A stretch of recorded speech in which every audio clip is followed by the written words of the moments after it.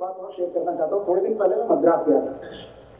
मद्रास में एक बहुत बड़ा ग्रुप है टीवीएस, आपने नाम सुना? टीवीएस जो मोटरसाइकिल में बहुत बड़ा ग्रुप है, जैसे हीरो होंडा हमारे उत्तर भारत का, वैसे दक्षिण भारत का टीवीएस ग्रुप है। शायद उनका टर्नओवर 2 से 2.5 लाख करोड़ का है। तो उनके घर के किसी सदस्य ने मेरी कोई सीडी सुनी। सीडी सुन के वो लेक्चर में आए। लेक्चर के बाद उन्होंने मुझे इनवाइट किया कि आप हमारे घर डिनर को आएंगे।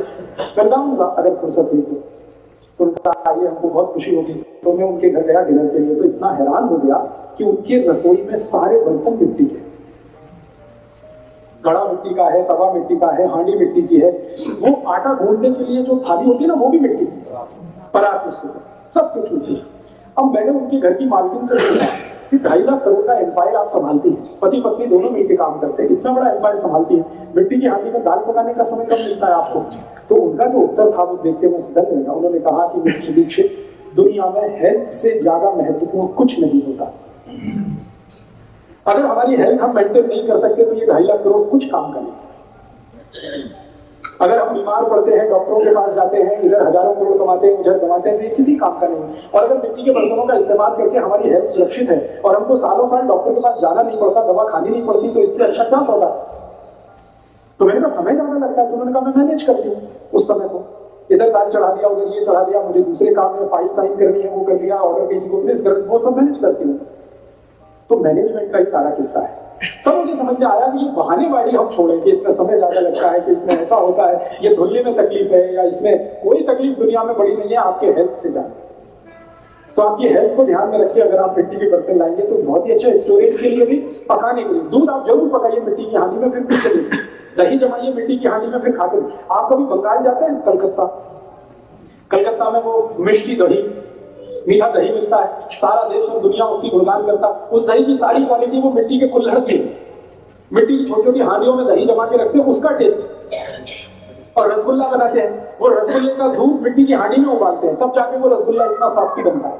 वो कहते हैं कि अगर हम किसी दूसरे बर्तन में दूध उबालकर उसको फाड़े तो रसगुल्ले की सॉफ्टनेस नहीं आती, मिट्टी की हांडी में बनाते हैं तो सॉफ्टनेस आती है।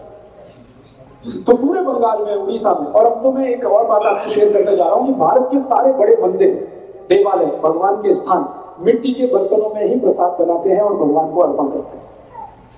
कभी आप पुरी जाइए, जगन्नाथपुरी में भगवान कृष्ण का मंदिर है। वहां जो प्रसादम बनता है, भोग लगता है, वो मिट्टी की हांडी में लगता है। पहली बार जब मैं गया तो वहां के पुजारी को मैंने पूछा कि आपका मंदिर बहुत गरीब है क्या, जो मिट्टी की हांडी में खाना बनाता है? तो पुजारी ने कहा कि हमारे मंदिर के पास 5600 किलोग्राम सोना है, मंदिर के पास। आप क्या कहते हैं, गरीब है? मैंने कहा हाँ, ये तो नहीं कह सकता गरीब है। उन्होंने कहा हम तो मिट्टी की हांडी में इसलिए भगवान को प्रसाद अर्पण करते हैं कि मिट्टी पवित्र होती है, उससे ज्यादा पवित्र दुनिया में कोई चीज नहीं। तब मुझे स्ट्राइक किया कि मुझसे ज्यादा इंटेलिजेंट तो ये मंदिर का पुजारी है, जो ये मानकर काम कर रहा है कि मिट्टी पवित्र होती है। मुझे ये बात समझने में लेबोरेटरी लगती है, रिसर्च लगता है, उसको ये बात समझने में 1 ही मिनट लगती है मिट्टी पवित्र होती है। तो मिट्टी की पवित्रता, मिट्टी के गुणगान जितने आप करना चाहें करिए, लेकिन जिंदगी में रखिए। और फिर मुझे लगता है कि हमारे बुजुर्गों की कहावत हम सिद्ध कर पाएंगे, मिट्टी से जुड़े रहो, तो वो तभी संभव है जब मिट्टी की हांडियां हैं, मिट्टी की कढ़ाई है, मिट्टी के बर्तन है आपके घर में।